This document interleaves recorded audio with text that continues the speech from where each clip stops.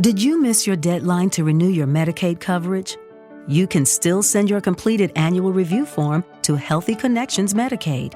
You may be assigned to another health plan, but you can ask to come back to First Choice within 60 days of renewed Medicaid eligibility. It's your family. It's your choice. First Choice is the right choice. Renew and choose us. Visit selecthealthofsc.com/renew to learn more.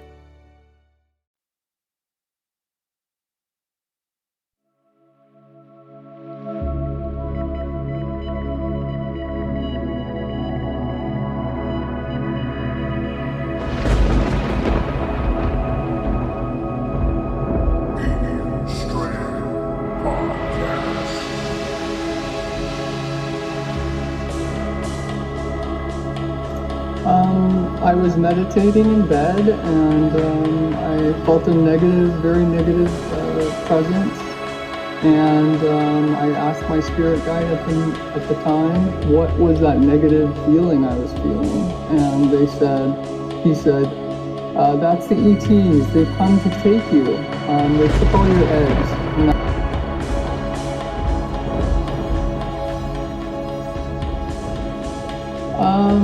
I was in bed. I saw this very giant, looked like about 7 foot tall praying mantis. It seemed motherly at the time. It looked like a praying mantis that used telepathy to talk to me. Wanted me to allow her or him to take me to her ship, and I didn't want to go, so I said no.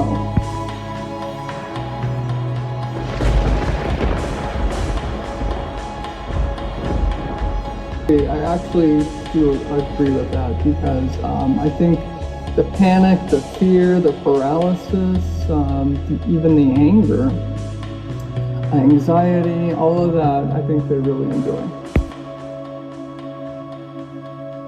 Alien Strand Podcast.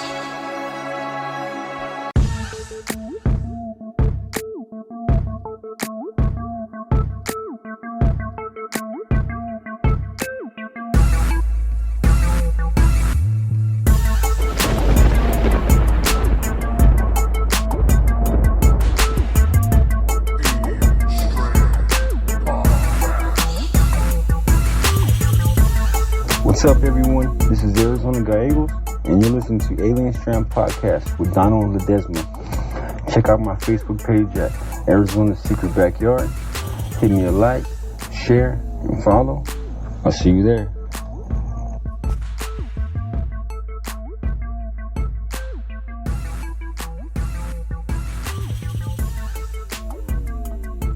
Alien Strand Podcast.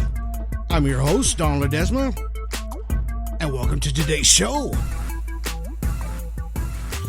Yeah, it's been a couple of weeks or so. I've been super busy, but we're going to get an exciting show for you. And I'm glad you guys have came back and stuck around and listened to this show. And I have a very good topic to talk about today. And I have a very special guest on today. And we're going to have some interesting discussions on her book and her encounters, right? And but before we get into that, I'd just like to welcome everybody to Alien Strand Podcast. You can follow us on Tumblr, Twitter, Instagram, YouTube, and alienstrand.com. Check us out there. Like I said, you can go to Facebook, and you can see a lot of the videos I've been posting. There's been some really good ones going out there. And, Bigfoot has been kind of hiding a little bit there. So I haven't really got too much footage on Bigfoot, since a lot of you guys like that. But, it's just one of those things. Sometimes you can catch them, sometimes you can't. But as far as the UFOs now, we've been getting a lot of good video out there. And some amazing video. I don't know if you saw the one I just posted up there maybe about a week and a half ago. It was an actual UFO silver disc, and it looked like it was next to an airplane, and it was right at the wingspan. Came close to the airplane, and went right under it. but you could see how clear this craft was. And this video started floating around, and I had a couple of you guys send me the video actually on Instant Messenger and on Facebook there. Thank you guys for that. And I started looking into it, and it just blew my mind, just like it did everybody else's. So that video got, it was getting out there to everybody, and it was just so incredible, right? And there's just been a lot of stuff going out there as far as the unknown, right? And that's exactly what we're going to be talking about today on today's show. And I'm super excited for today, because my guest, Lisa O'Hara, she's been on a few podcasts already. She's getting her name out there, right? And it's because of the book, because of the incredible story that she has, right? And it's just something that a lot of people will understand, and I hope that this helps a lot of people out, as she hopes, as well as I've talked to her about it. So we're gonna get her on the line now. Let's just go ahead and get her on the line now. So Lisa, are you on the phone? You there? I am here. Thank you so much for having me on your show. Hey, thank you. And thank you for being on the show. You have a really incredible story, and we've done a few stories on a couple of people. And actually, no, I'm lying there. I had one. She was an abductee as well as you were, and as are, and she had an incredible story as well, And when I saw that you reached out to me, sent me the book. Thank you so much for sending me the book. You even signed it for me. Thank you so much. I love that. And your book is called Abducted and Furious. So, I guess you went through a lot of things to get you the courage up after a while and put it all together to get this book out there, so that way it can help people. And I'm just going to give everybody a little bit of your background, okay? You have a bachelor's degree in business and administration from San Jose State, right, in 2011 in California. You worked in law firms as in an IT help desk as well, and becoming a network administrator. You are now retired, correct? Yes. And you recently kind of discovered psychic medium, and kind of just going on the knowledge of the unknown. In other words, you're using that to help you as well.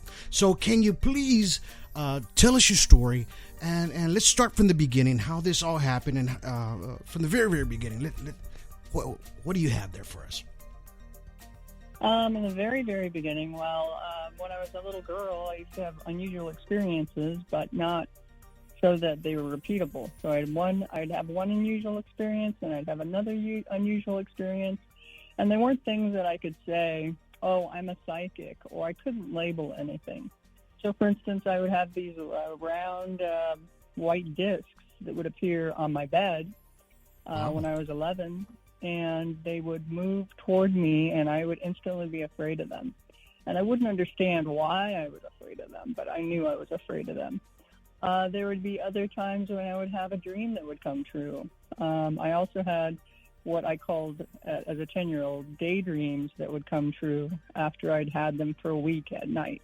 Mm-hmm. So, but that happened when I was 10. Then the next time it happened when I was 16, right before I kept having this daydream that I was going to move to a foreign country. And I kept having it, and I was thinking, no, because I moved around a lot as a kid, and I did not want to move because I was 16. I was about to go into my senior year of high school, and the last thing I wanted to do was to go to a new school. But that's what happened. I had the daydream for a week, then it came true. I moved to a foreign country. Wow. Did you ever think that was going to kind of be a part of what would happen to you as far as like in the future? You mean that I would keep that kind of thing would keep happening to me? Correct. I wasn't sure because it was so sporadic, but for a little while, I mean, at least when I was 10 and it happened, I thought I had created that. And then also when it happened when I was 16, I mean, I wasn't really sure because there's no one to talk to about these things. And it's not like, I'm a medium and I can talk to ghosts and I can talk to people. And then also, there are certain parts of the decades I was born in the 60s, so in the 70s, psychicness and all of that was kind of taboo. Right. So there wasn't anyone to talk to about it, and it was so, like I said, sporadic that I couldn't, put my finger on it. So, wow. So that's what happened early on. Okay. So, then also when I was 28, I was married because I've been married twice. Mm-hmm. So my first marriage, my husband, whenever he walked into the room of our bedroom at night, and if I'd gone to bed first, I would, as soon as he walked through the door, I would sit up and start screaming as if someone was killing me. Wow. It happened every time, mm-hmm. and all I could remember was the black rectangle. So I didn't know what that meant. I went to therapy. I couldn't figure out what was going on. Later, I got divorced, and I was living in my house all alone, and I kept sleepwalking and finding myself running down a hallway.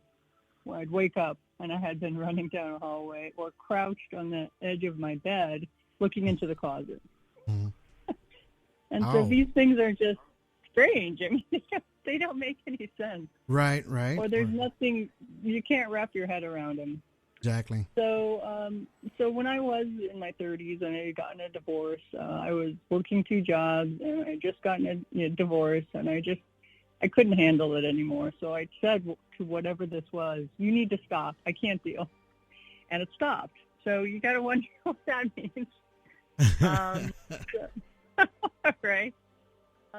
So around 2012, I started thinking that I needed to figure out what I was. I need to put a label on it. Am I, I'm a medium? Am I intuitive? Right. Let's label this. Right. So I read some books, and I thought, I could be a medium. It's possible, but I don't know. So I started meditating. I started looking for a mentor to mentor me to become a medium, if that's what I was, and I found one.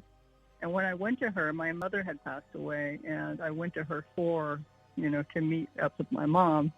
And Right. she said, "You're just like me. You're a medium." Oh, wow. So, yeah. Yeah, so that was strange. So I did start working towards that because I thought, well, that's where I'm being led to, so I might as well go ahead and start working on this. Mm-hmm.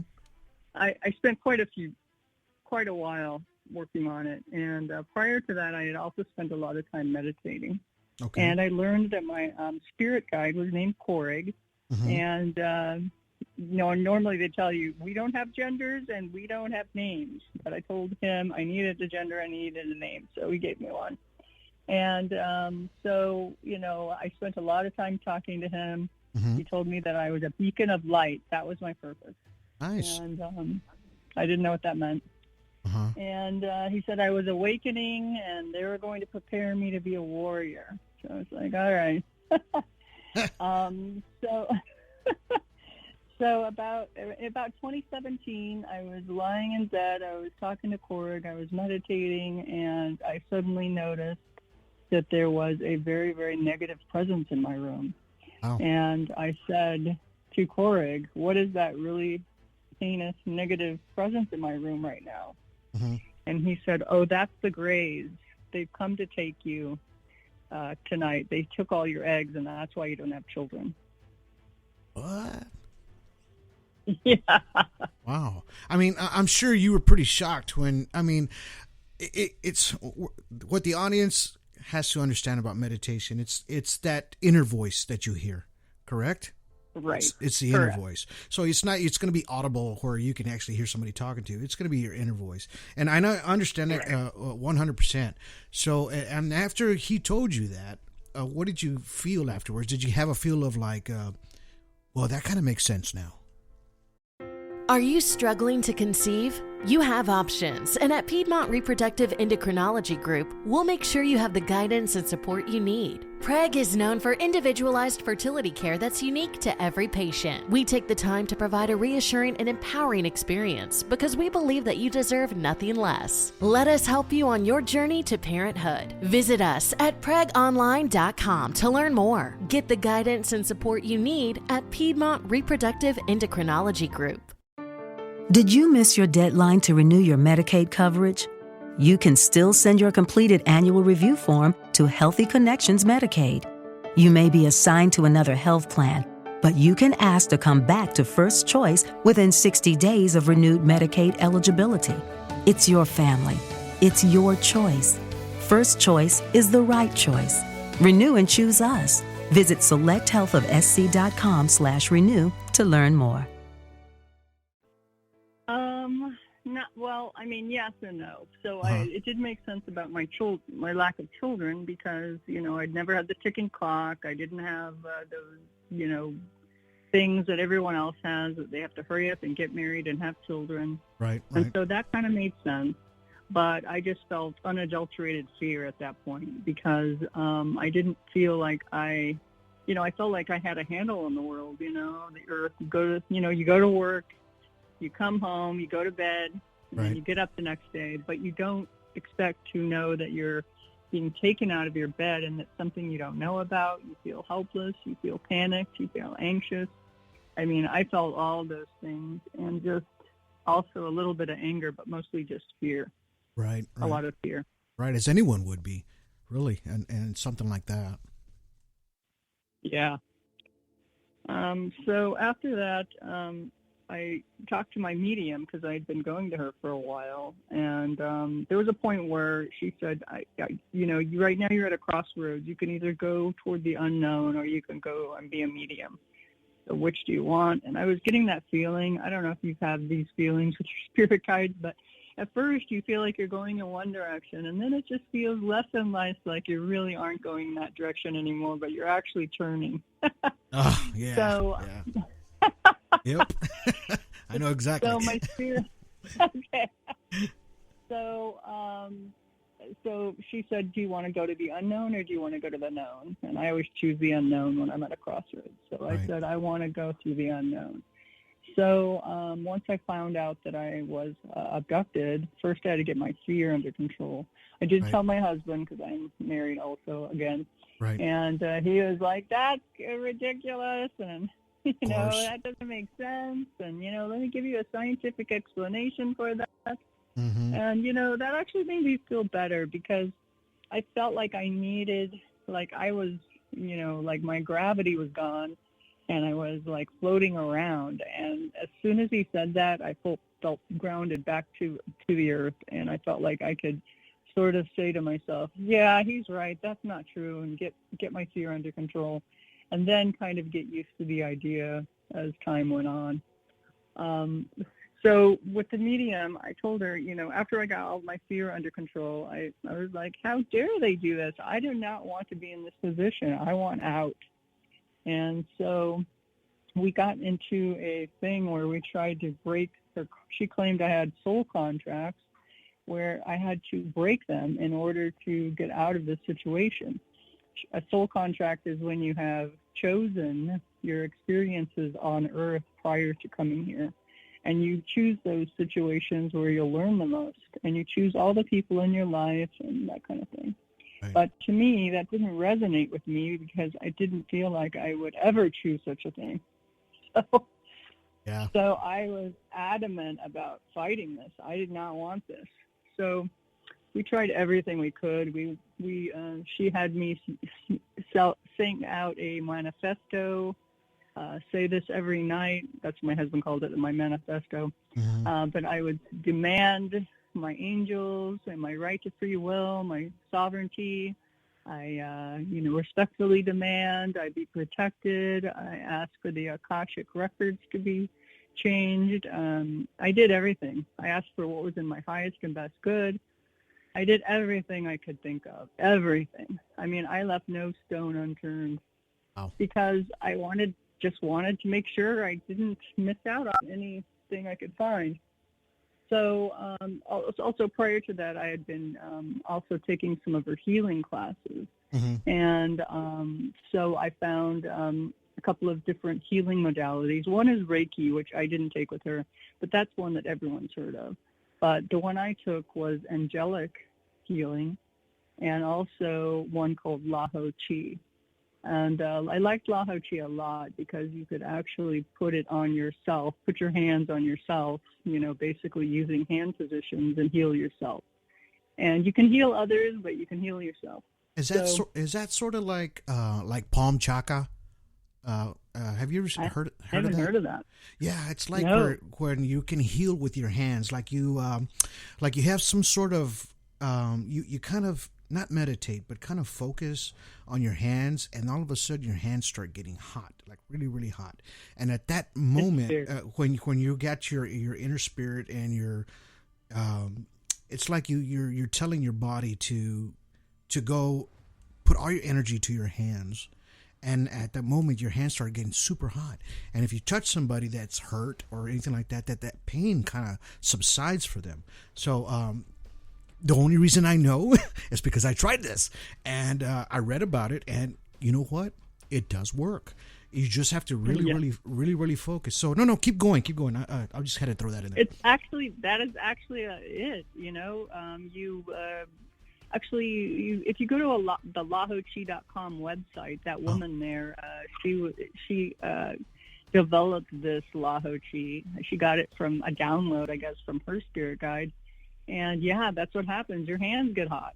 Oh, and wow. It doesn't happen right away, but after a while, your hands get hot. And my medium said that her husband would say, "Turn on your hands, turn on your hands." Wow. But mine would just turn on. And sometimes when people need a healing, your hands will turn on also. That's true. So, yeah. So I haven't heard of that, but it's really cool. And I really advise anybody who is abducted to use it, especially after abduction. So after my healing things, still meditating, I actually put up a copper pyramid that I found instructions for on the web. Right.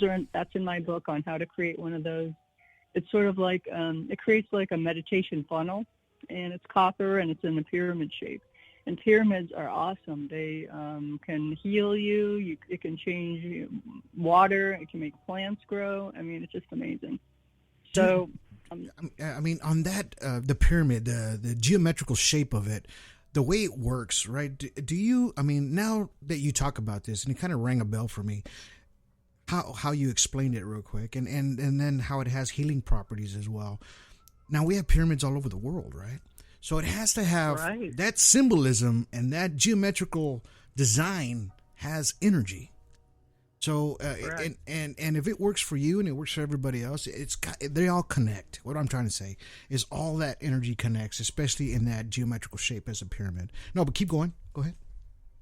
I agree. I totally agree. I was basically meditating in the pyramid, and I would use certain different crystals, clear crystal, and also I found that crystal skulls. I don't know if you have noticed that crystal skulls work really well. I've heard about that. Yes.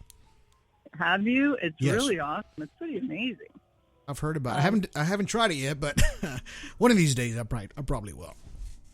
Well, you know what? I started putting them in front of my screen, on my computer, and it really works. I mean, there have been times when I've wanted to write something down, and I'll have it in my head until I get to my screen, and then I'm blocked.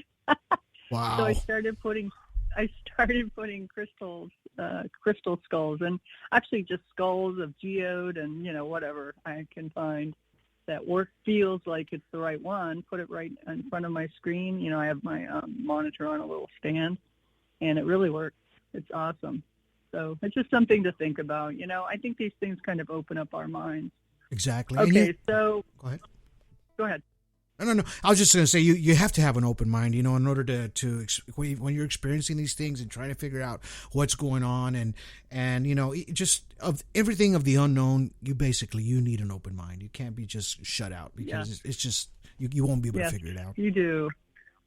You do, and there are things you can do to open your mind. One of the things I took, so I took all that healing modality, which really helped me a lot. Mm-hmm. But also I took a class on remote viewing. Right. Have you guys heard of remote viewing? I have. What have you heard about it? Well, it's the remote viewing as far as I know that the military possibly used something like this in the past. I can't remember the gentleman's name that was doing this, but I believe he was like part of their program, and to do remote viewing to see targets and to see things that were going on. It wasn't for a very long time, though. I think it was just a short time, maybe 5-6 years or so. But now go ahead, keep on going. Okay. So what happened was I felt kind of drawn to, well, actually, I'm one of those people that are all in. So when I'm all into healing, I'm all into healing. And so I bought all the books I could find on healing, reflexology and this and that. And, I just kind of held them there for when I felt ready for it. Because sometimes when you get involved in a project or a subject, you can feel like, you start at the beginning and then you feel ready for other parts to be brought in, but at first you're just in the beginning, so you don't want to bombard yourself with too much information. So I bought a whole bunch of books and I kind of put them off to the side. In the meantime, I was reading a lot of books, and I was reading books that were leading me to other books, because I'm one of those people that when somebody writes a book and they talk about other books in their book, what I do is I look at all those books, and then if I think they're interesting, I read those books. And one of the books I read was Psychic Warrior by David Morehouse. He was in one of those programs, and he wrote about how he learned and trained to be a remote viewer, and how it's done. So he actually has a website. So I went to his website. I learned how to do something called coordinate remote viewing. Now, these kind of things are using your mind. So that's why it opens your mind. Oh, okay. I had a very strange experience where I was doing the little steps for his class, and suddenly I ended up in a room, and I don't drink coffee, and neither does my husband, but I was in a room with big boxy CRTs. I don't know if you're old enough to remember those, but monitors with giant backs on them. And I was in my room, and there were all these men standing around me wearing, business casual, which is a white shirt with khaki pants. Right. And they were drinking coffee. And I was just like, what the heck is going on? And then I heard all of these remote viewers say, there you are. Wow. And suddenly I was deluged by remote viewers in my house. Remote viewers actually hit the membrane, I guess, of the atmosphere when they come into your house. I started hearing thunking noises, like you thunk a watermelon. I would hear cracking noises, like your house is cracking. And I had heard snapping noises, and eventually figured out all these different remote viewers. So that was on my journey. So what happened was eventually I was trying every single thing I could to figure out how to get rid of these ET experiences. I was really scared to go to sleep. I put up some nanny cams, some picture frames that were motion detection frames that were pretend pictures. They would have a fake picture in them. Right. And I would lay in wait. But what would happen? What would happen is every time I'd turn it to on, I'd go to bed, I would go to sleep, and the next day it would not be on or off. It would be in between. Wow. Wow. So something was happening, but I didn't know what. Okay, well, take us to that.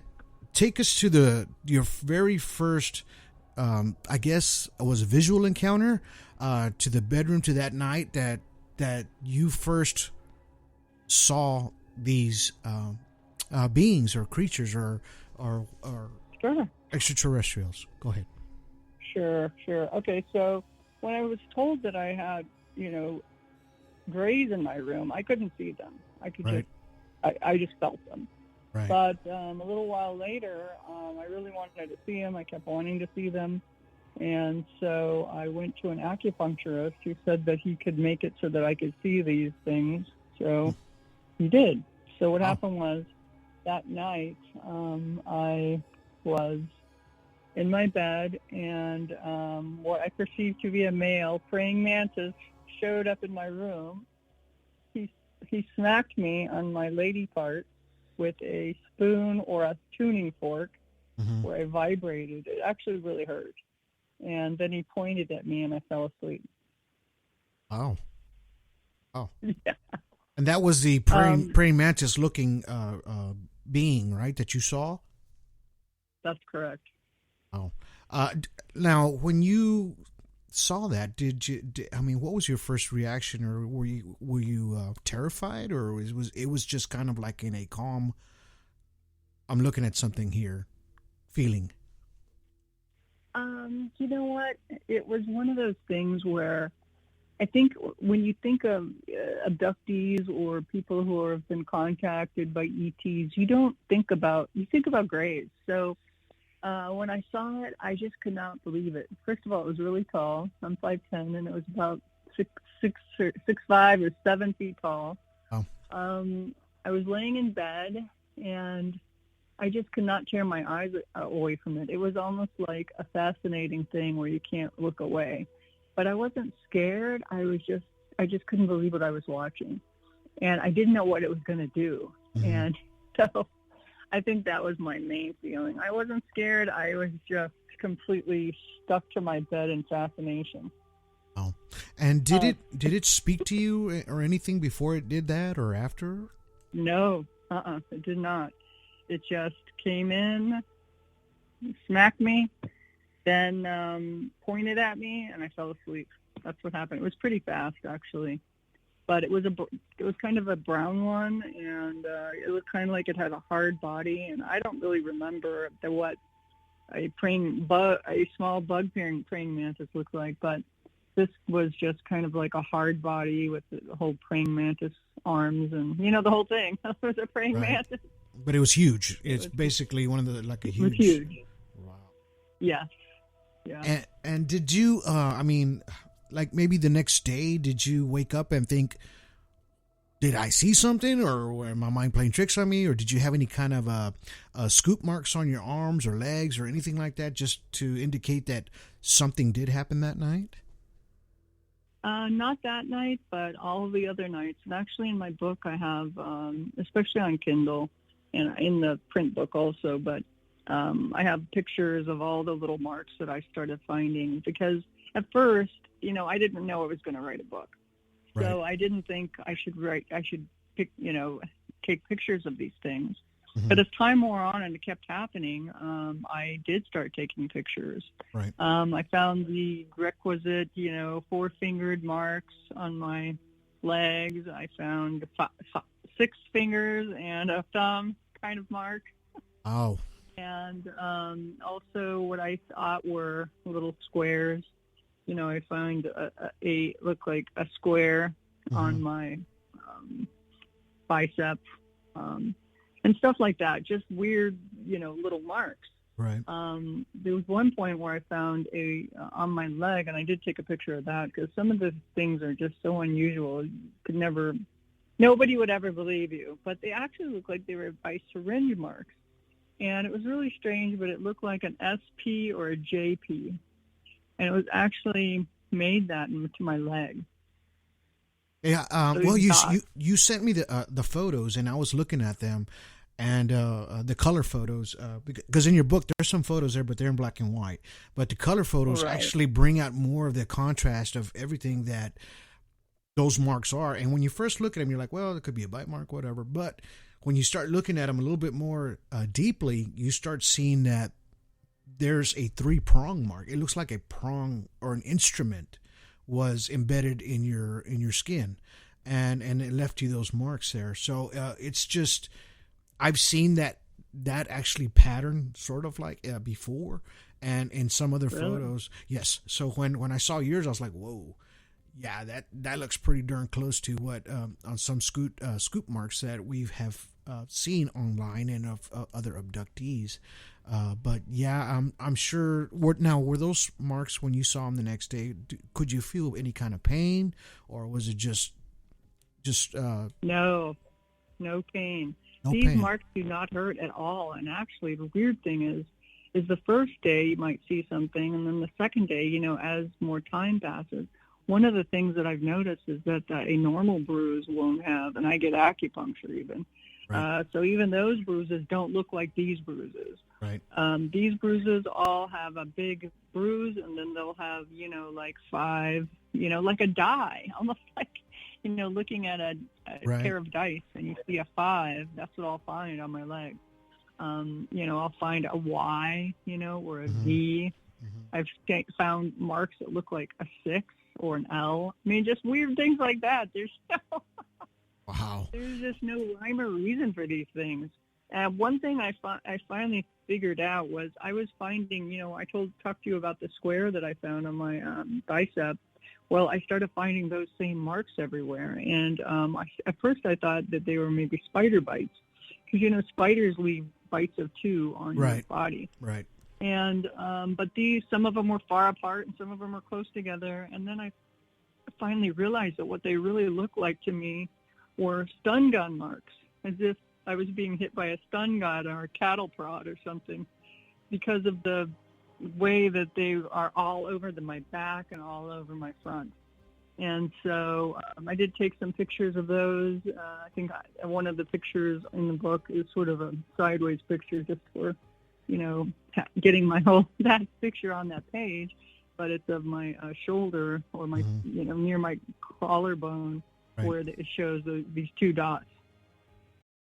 Are you struggling to conceive? You have options, and at Piedmont Reproductive Endocrinology Group, we'll make sure you have the guidance and support you need. PREG is known for individualized fertility care that's unique to every patient. We take the time to provide a reassuring and empowering experience because we believe that you deserve nothing less. Let us help you on your journey to parenthood. Visit us at pregonline.com to learn more. Get the guidance and support you need at Piedmont Reproductive Endocrinology Group. What's the easiest choice you can make? Window instead of middle seat? Picking a vendor who sends a great gift basket? Outsourcing business tasks you hate? What about selling with Shopify? Whether you're selling a little or a lot, Shopify helps you do your thing, however you cha-ching. Shopify is the global commerce platform that helps you sell at every stage of your business. From the launch your online shop stage to the first real-life store stage, all the way to the did we just hit 1 million orders stage. Shopify's there to help you grow. Whether you're selling scented soap or offering outdoor outfits, Shopify helps you sell. Wherever and whatever you're selling, Shopify's got you covered. Sign up for a $1 per month trial period at shopify.com/try. Go to shopify.com/try now to grow your business, no matter what stage you're in. Shopify.com/try. And then after that, did you feel like they were coming daily, or maybe once a week, or could you tell exactly when they were coming?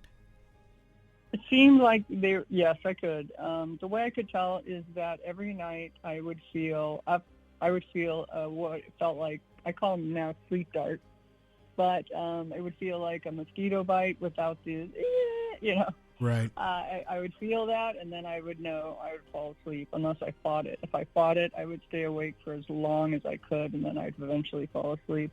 But yeah, that's how I would know, and then I would be gone.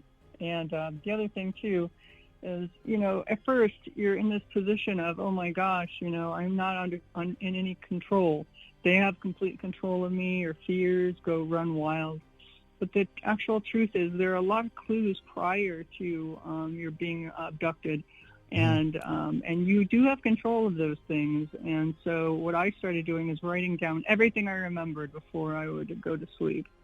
And there were times, a lot of times, that I did not want to go to sleep because I wanted to fight them. But, it's inevitable. It's going to happen. So I eventually decided I was going to fight back by going to sleep and just remembering everything I could. And one of the things early on, and writing it all down, prior and after. Even if I woke up in the middle of the night, I would write everything down. So one of the things that I found was that I finally realized that I really was leaving, and it took me a while to figure this out. And in hindsight, it seems really dumb, but it did take me a little while, was that I found that my clothes were smelled a certain smell.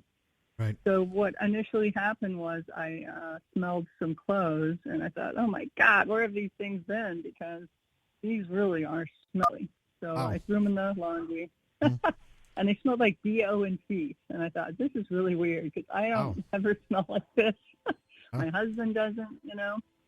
So, and so then I thought, well, I'm going to wash these. And so I put them all on the counter. My husband folds. I actually do the laundry. And then the next day, some of those clothes smelled like that again. And I thought, well, maybe it's me. It might be that this is, I'm in the laundry room where the cat boxes are, or maybe I didn't put enough laundry detergent in. Right. I'm going to redo these, you know. So that happened for a while. So finally, I got to the point where I never left any clothes out, and I put them in my closet right away. Mm-hmm. And it didn't happen if they were in my closet, only if they were on my counter before I went to bed. So one night, I only left workout clothes on the counter, and the next day, those smelled like BO and feet. And I was sure then that I was leaving. I was actually physically leaving. And so that was an important clue. And you know what? Gathering up these clues make you feel better because you feel like you have some control. The other thing is that when you're writing all this stuff down, then you can figure everything out. You know, and in the beginning, actually, my journal is in the book because I needed a timeline, and I wanted to show everyone what happened, everything I wrote down. And I wrote a lot of stuff down because I didn't know what was important data and what wasn't, you know. Mm-hmm, mm-hmm. Well, and I mean, so, it's telling a story, really, from the very beginning, and everything that you're writing down, little by little. Even though you don't see it happen, or you're not able to, you know, record it or anything like that, in a sense of video or anything like that, or being awake while it's happening, you're actually recording it. Not really thinking about it, but the story is coming together piece by piece by piece, like a puzzle. And that's pretty much what you did right there in order to figure out, okay, these things are coming. They take me at this time of night. I'm actually changing clothes and leaving and coming back and putting them back in the same position. So it's almost like they got you in a state to where you're almost like in a sleepwalk state, like you were doing before as a younger child. Correct? I mean, that's basically how you were feeling? Yes, because it's interesting because all of those clothes were my favorite clothes. You know how you have some clothes, you're like, right. Those are okay, but these are my favorite, and I wear them all the time. Yeah, it was always my favorite clothes. Wow. So subconsciously you were putting those on, you know, in the back of your mind, you know, while it was happening. Wow. Okay. Exactly. Yeah. So to go back to the healing, one of the things, as you know, as I told you, I read everything. Well, one of the things that I purchased on healing was a book called Healing Archetypes and Symbols by Stuart Swerdlow. Mm-hmm. And Stuart Swerdlow was in the Montauk Project. I don't know if all of your readers or listeners have heard about this, but so he wrote these symbols. And initially, when I first saw them, I thought, oh my gosh, these are esoteric. I'll never use these. I don't know why I bought this book. But then later, I really saw the value in it. In my book, I talk about one of his exercises called the Green Spiral Staircase. Mm-hmm. Now, go back a little bit. When I read books, I read everybody's books because the important thing about everybody's books is their experiences may be completely different than yours. Exactly. But they might have a little nugget in their book that helps you. Piece of the puzzle. Show you. Yeah, what? A piece of the puzzle. Exactly. A piece of the puzzle that you need. You never know what you need that's in there. So I was reading Whitley Strieber's Communion book, and it talked about how your mind makes up screen memories to protect you. Right. So let's say that you're having a dream that you lost your wallet. That's a dream to tell you, the sleeper, that you were stressed. It's a stress dream. So that is created not by the ETs, it's created by you. Your brain makes that. So in Whitley Strieber's, I needed to know that because what I realized was that I could use an exercise in Stuart Swerdlow's book called The Green Spiral Staircase that allowed me to look behind my dream because the ETs wipe your memory. Right. And the only way to know what's happening behind the scenes is to know what happened before they wiped your memory. So that's how I came up with that. I started basically remote viewing my own mind and putting together everything that happens. So that's why it's important to write down your dreams, and then later, using the green spiral staircase, look at everything. Because when you do that, then you're putting the puzzle pieces together, and that's how it works. So the more that you can do this, it benefits you, and more pieces fall into place. And so, I wrote this book so that everyone could utilize these tools so that they can do the same thing. And we could all help each other, because I don't know anyone like me who has these experiences, but I know they're out there. Well, I know they're out there. Everybody's different. I had a past guest, her name's Shauna Gilmer. I had her on maybe last year, and she was experiencing a lot of things similar to what you talk about. I spoke to her a good while before she came on the show, and she told me a lot of things that were happening even after we kept in touch. I still keep in touch with her. She's a very nice, humble person, and it's just that everybody's experiences are totally different than others. She would see a lot of energy. She would actually see the energy, and there's actually beings around her house, that she would see. It would look like distorted. Like a distorted image, right? At times. Right. And one of my friends, Anibal Caballero from Extraterrestrial and Strange Happenings Group, he actually analyzed her video using his spectrum analyzers, right, that he has on his computer, and you could see the energy just kind of spinning in that. We can't see it with our naked eye, but with his analyzer, he could see that there was energy there spinning or on top of her on her ceiling.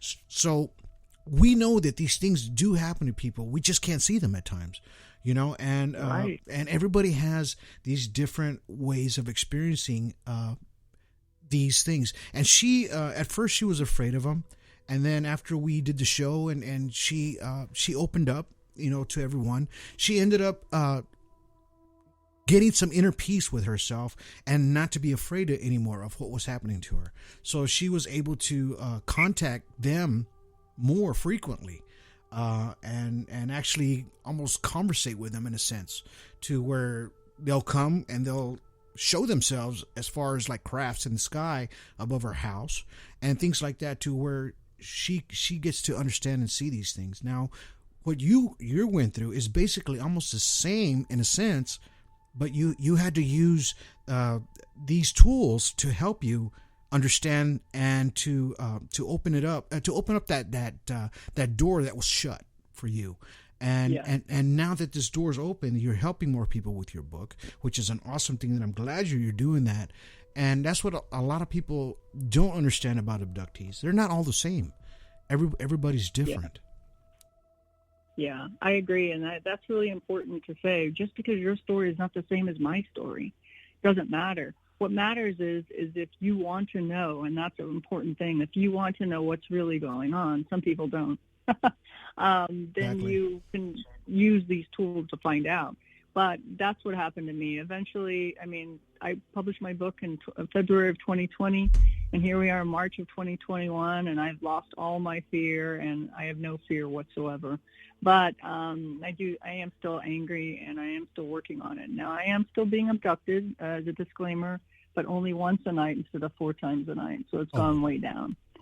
And I'm close, I hope, to getting rid of them. Now on these abductions, let's get into it just a little bit more. Have you actually seen a gray?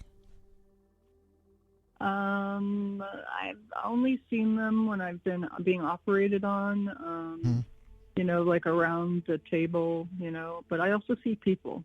So I really feel like there are a lot of people, and I think they're all working together towards some common agenda. I don't know what it is. I have seen, they did show me my hybrid child, apparently, because they took all my eggs. Right. And I thought this was interesting that I would say this, being in a dream state, but they said, here's your child, how does it make you feel? And I said, I don't feel anything, but if I did, I wouldn't tell you, because I know you would use it against me. Right. So I have had quite a few experiences where they would, threaten my husband and say, we're going to kill your husband. and I would say, okay, that's his journey, because I don't want them to use, their emotional blackmail on me. And that's what I think. I mean, that's in my opinion, all the people that are in these negative situations, that's how they get you. They threaten your children, they threaten your mother. You know what I mean? Right, exactly. And so, I mean, if you have a child and they say, if you don't do this, I'm going to hurt your child, you're going to do it. So. And that's what a lot of people, I explain this so many times on a lot of my podcasts, that they think the grays are like, oh yeah, come get me, come take me, and it's no, you don't want that. No. A lot of these grays, their agenda is not to, welcome you and take you to their planet and have a good time and have a barbecue and a picnic. No, they're going to take your eggs. They're going to do excruciating experiments on you. I've even heard one where they pulled out the eyeball and put it back in, and it's just these things that they do to people, and some people don't even come back. That's the thing. Yeah. And yeah. Luckily you're able to tell your story, and just like a lot of these abductees, they get to tell their story. But what about the people that didn't get to tell their stories because they didn't come back? I know. And that's the scary part. That's the scary part. As far as the hybridization of the child that you saw, do you remember what the child looked like or anything like that?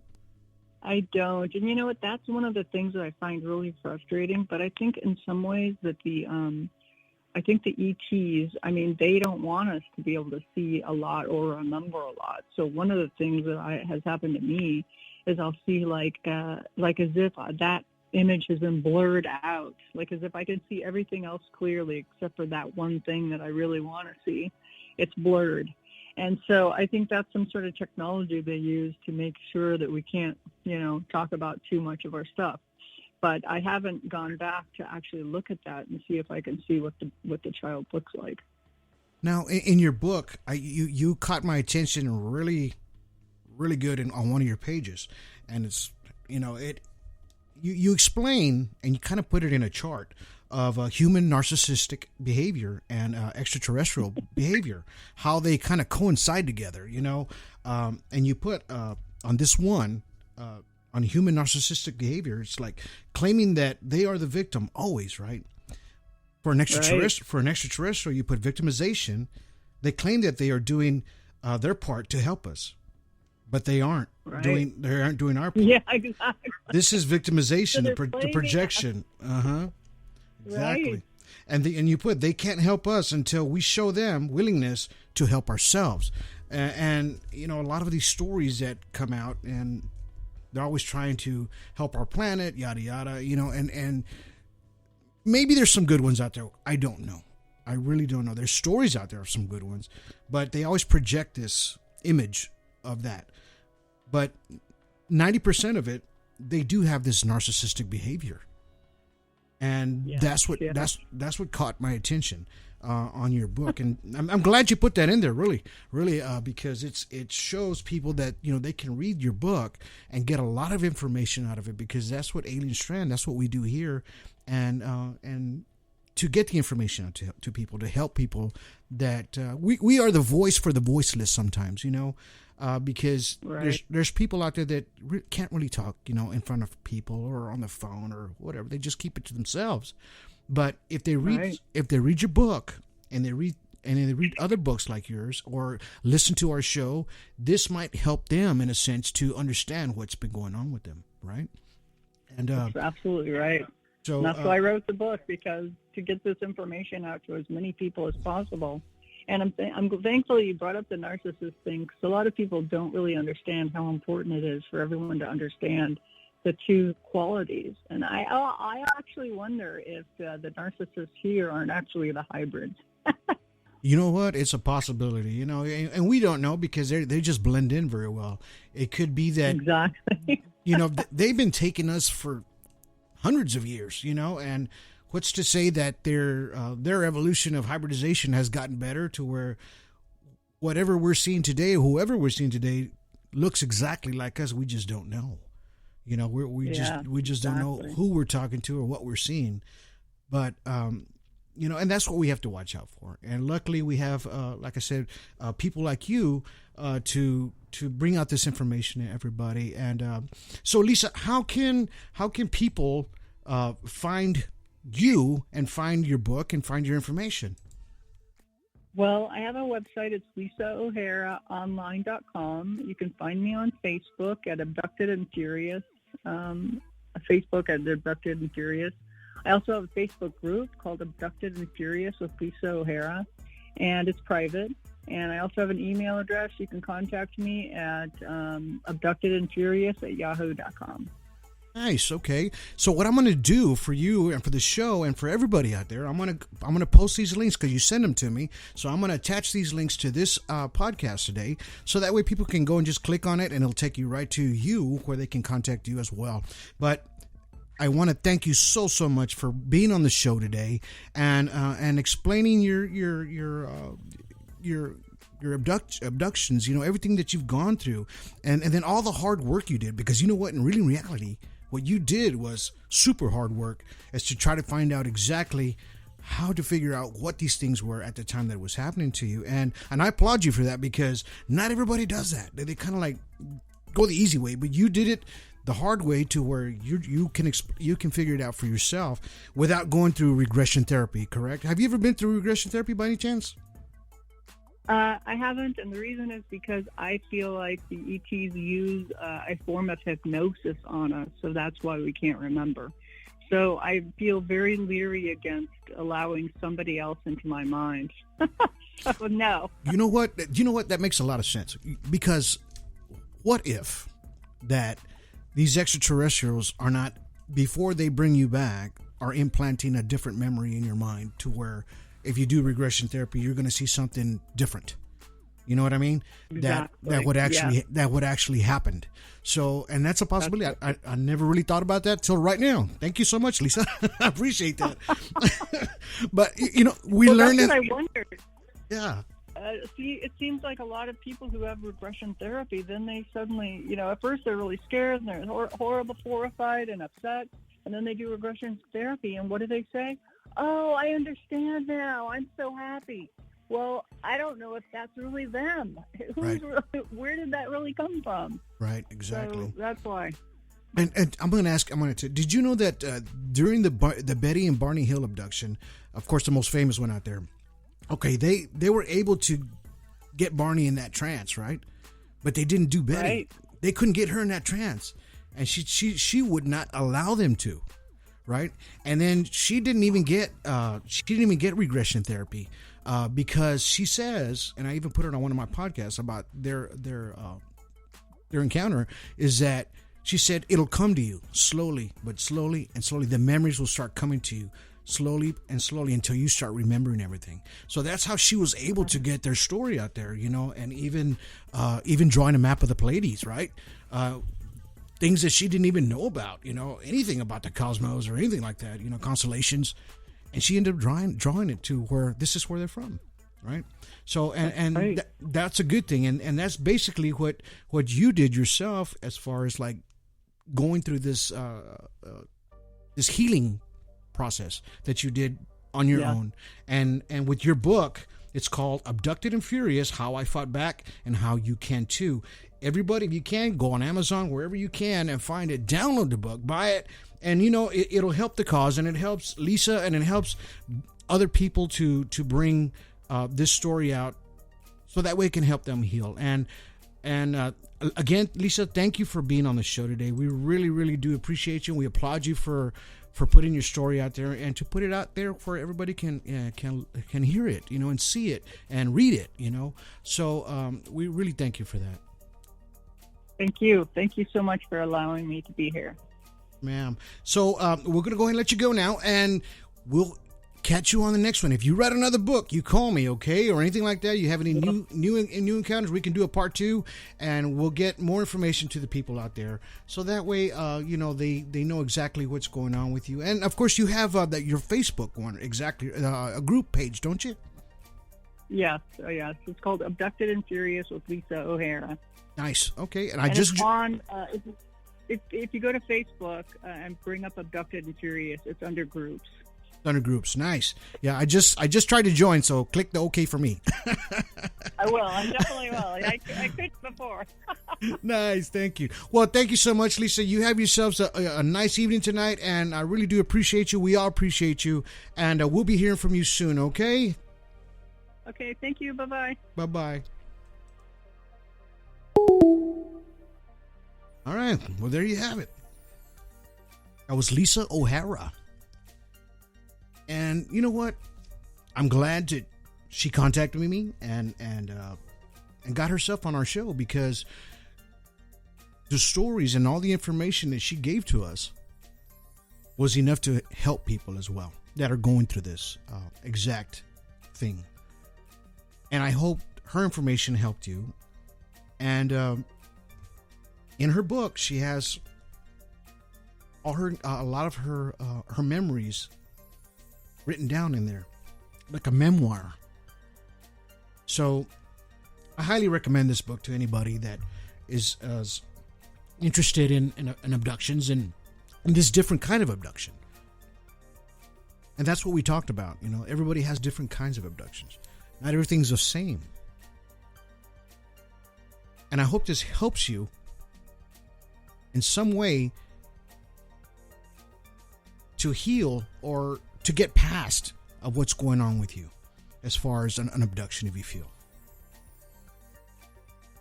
You know, and that's the important thing of this whole podcast today, is to get the information about the unknown and how she was brave enough to come on the show and to write this book for everybody. She did it in a short amount of time. The only reason I believe is just to get it out there and to help. She's a giver and a helper, you know, and with her information and all her experiences. And I'm sure she's going to have another book out. Guaranteed. So thank you for being on the show today, Lisa. We really do appreciate you. Everybody appreciates you here from Alien Strand. And I hope you guys got a lot of information. So if you want to contact us, go to our Facebook page and click a call now button, and it'll call me directly to my cell phone. If you want to be on the show, I can set that up for you. Or not, call 361-245-8000. 361-245-8000. You want to be a guest on the show, you have a book, you have a movie, you have anything of the unknown, you have a story, an abduction, anything. Give us a call and let's get you on the show so that way you can tell your story to everyone and be brave like Lisa is. You know, she did a great job today. I really applaud her for that. If you can, catch us on Tumblr, Twitter, Instagram, YouTube, and alienstrand.com. Give us a like, subscribe, click a thumbs up on this one. If you really like this show, click a thumbs up. Follow us on Spotify, iHeart. We're on 14, 15, I think we're up to like 25. You can even ask Alexa and she'll play it for you. So if you got that Amazon, that nice thing, she'll play it for you. Got Roku TVs? Download it. You'll see it right there. Alien Strand there. If you do it on Spotify or iHeart, it'll pop right up there. You can listen to it on TV while you clean the house or just kind of laying down. But I want to thank everybody that was listening live tonight. David, thank you, brother. We really appreciate you. And The Awakening with Eric, thank you for listening to the show, being live with us. It's starting to grow. You know, we're 8 countries, growing and growing and growing.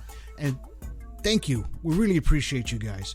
Until next time, you guys have yourselves a good day. Have yourselves a good evening. And have yourselves a good night.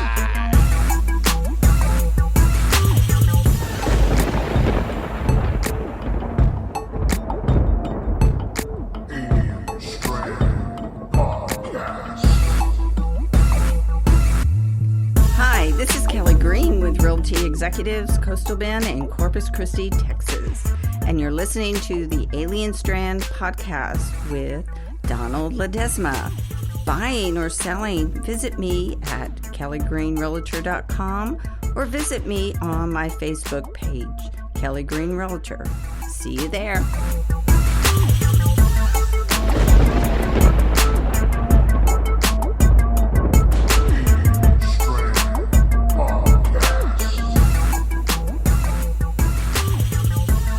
I was meditating in bed, and I felt a very negative presence. And I asked my spirit guide at the time, what was that negative feeling I was feeling? And he said, that's the ETs. They've come to take you. They took all your eggs. And This episode is brought to you by Let's Productions. Follow us on Facebook, YouTube, Instagram, LinkedIn. See you there.